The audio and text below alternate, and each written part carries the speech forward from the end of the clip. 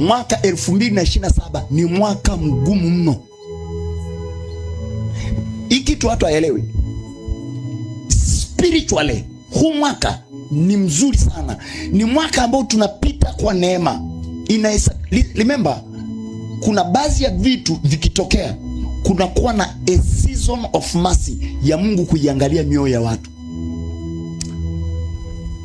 Sasa tuko kwenye vyombo vya habari, but hii kidogo ikutosha. Huu mwaka weka akiba, wekeza, kuwa na hela.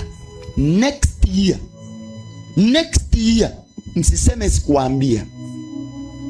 Watu wa Mungu, I'm telling you, next year is a different year kuliko nyinyi mnavyoidhani.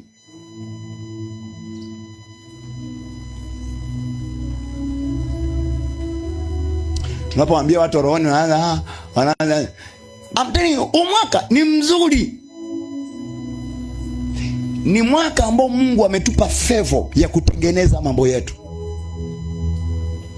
ili tunapoingia mwaka unaofuata tuwe vizuri kwenye hela, tuwe vizuri kiroho.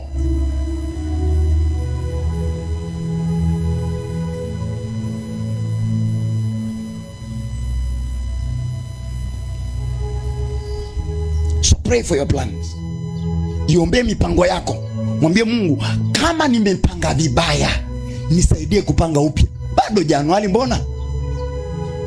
Sometimes unaweza unaileta mipango hapa na unagundua hii mipango nimeileta lakini ovyo kabisa. Andika mipango mingine. Usisite kuleta Jumapili ijayo. Hakuna atakaye kuzuia. Watu wa Mungu, huu ni mwaka. Kama unataka kununua uwanja, nunua mwaka. Mwakani utaweza. Kama unataka kuongeza gari, nunua nyingine. Mwaka huu utaweza. Huu mwaka tuna kinema cha ajabu ajabu. Unajua huu mwaka, ngoja niwaambieni kitu. Huu mwaka una rehema. Hebu sema rehema. Unajua watu mioyo yao imevuja damu.